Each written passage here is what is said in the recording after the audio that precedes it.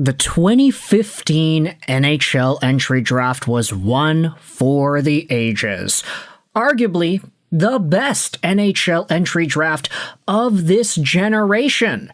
And if you take a look at the guys who were drafted and just how many points they've accrued, it's very obvious to see why. The 2015 NHL Entry Draft had however many guys this is to have reached 100 points in their careers. And just looking at the amount of guys over 500 NHL points, it gets even crazier. Connor McDavid, Mitch Marner, Rantanen, Aho, Eichel, these guys are legitimate superstars. When you saw Connor McDavid get drafted number 1, and you saw Jack Eichel get drafted number 2, the guy who went third didn't really have that big of an impact at the beginning of his NHL career. The third overall name out of the Arizona Coyotes was Dylan Strome, the subject of today's video. Now, here's the thing. We can go into an entire when you go third overall after McDavid and Eichel angle when it comes to talking about Strome, but that is something that we have talked about in the past, and honestly, just looking at the list here of draft picks out of 2015, I think you can really come to the conclusion as to how things shaped up for the majority of the draft picks. Because today, after Dylan Strome went and got drafted by Arizona, he wasn't able to fully establish the top-tier NHL career that McDavid and Eichel were able to establish right off the hop. He bounced around to a few different teams. He went from Arizona to Tucson, where he was actually reasonably productive. And then he was a sub-point-per-game guy with Chicago in 2018-19. Give it a few more years of just kind of hanging out in the Chicago system, not producing as much, and inevitably, Dylan Strome finds himself in Washington, where he revives his career, and where he finally scores a point-per-game NHL year. 82 points in 82 games in 2024-2025 was good enough to put Dylan Strome back in the conversation as one of these guys that deserved to have gotten drafted as high as he did in 2015. And we should also say, I will not tolerate the idea that says that Dylan Strome was not worthy of going that high in the moment, because, you just gotta look at the numbers, man. He was so good in the OHL. He was one of the top guys with and without McDavid. Go over to the Ontario Hockey League in 2014-2015 when Dylan Strome was drafted. He was the number 1 point producer in the league. He had more points than Marner. There's a reason he was so highly touted, and he went higher than Marner because he was bigger than Marner, too.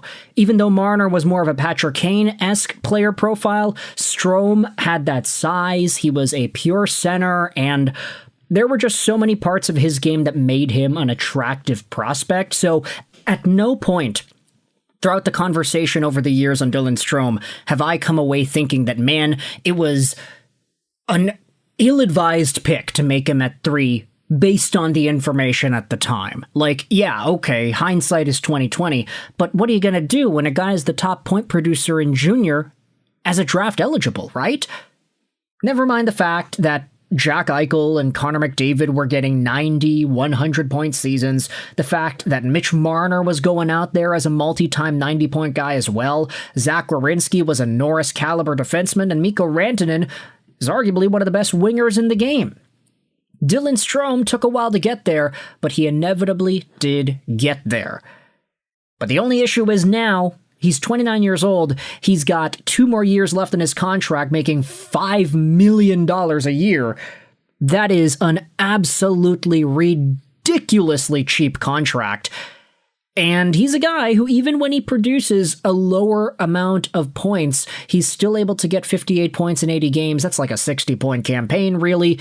You think about it, if you're getting 60 points a year from your first-line center, making $5 million a year, I think you're feeling really, really good about that, aren't you? And in the event that Dylan Strome actually does live up to his potential and he does get an 82-point campaign, Getting a point per game guy at $5 million is awesome. But now, the question is, what's next for Dylan Strome? A guy that found himself on his third NHL team before fully breaking out and becoming what he could become. What happens in 2027? What happens in 2028? Here's a post made on the Washington Capitals subreddit that asks about the future of Dylan Strome. He's got 2 years left on a very cheap deal, and I was wondering what the Capitals' plans are with him after the contract runs its course. If you see strides from Little Pro, I think they're talking about Little Protus there, Ilya Protus. Do you consider trading Strome at an increased price in his contract year, or keeping him around but likely for a higher cap hit? Do you have enough money to keep him around? Probably, but no guarantees. What do y'all think? The top comment goes out there and says, keep him until the end of his contract. If he walks at the end of that, that's okay. Protus, Pierre-Luc Dubois, Suvanto, and Sordiff are still around. The salary cap will be an issue eventually. Someone is going to get too expensive to keep. I'd rather that be Strome than Ryan Leonard or Cole Hudson or Protus.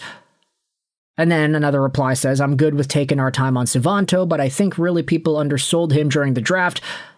Yada, yada, yada, talking about prospects. Another comment says, I'd love to keep Strome around if possible. So few franchises have a really good playmaking center, and we basically went straight from Backstrom to Strome, and I love that stability. That being said, it's all about money. If we can't afford him, you gotta trade him. Strome is no Backstrom, and I'd argue he's not a playmaking center as much as he is a goal-scoring center. He looks to shoot more often than not, and honestly, I appreciate some selfish instincts in a forward if they find the back of the net consistently. Now, you gotta remember, Dylan Strome, he was a top draft pick in 2015 for that reason. He was a guy that could playmake his behind off. He had 84 points in 68 games in his draft-eligible campaign, although, to be fair, he was playing with McDavid. But then when McDavid left, he still went out there and produced a hell of a ton of points, scoring a ton of goals in the process. He was a big dude. He could just dominate the game down the middle. He could really create plays on his own, and it didn't matter who it was he was playing with. He would still find ways to get that done. Sure, it took Strome a lot longer to get that stability scoring-wise in the National Hockey League. And even with this down season, he still played decently well, 58 points in 80 games. But now, when I see the Washington Capitals, I see a team that has gotten so stacked up front with all these new additions. You have Dylan Strome, Alex Ovechkin, and then you have everybody else. Pierre-Luc Dubois is awesome. Ryan Leonard is young and getting better. Protus is young and getting better. The other Protus is younger and also getting better. And then you have Boone Jenner, Alex Tuch, and Jordan Kyrou. That's an entire line of top-tier guys to add into your middle of the top six. The Washington Capitals could potentially be the scariest team in the National Hockey League. And even if Dylan Strome's future is not on Washington post-2028, this is the time for Washington to really get back into the swing of things and try to contend and try to go for it one more time while Alex Ovechkin is still chasing 1,000 total goals.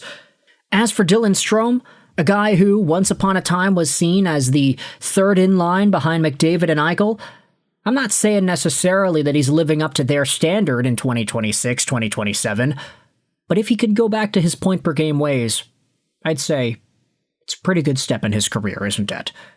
You can let me know your thoughts in the comment section below. How do you feel about the Strome third overall angle? And how do you feel about Strome and the way his career has gone up to this point? Thoughts in the comment section below. I hope you enjoyed this video. And bye.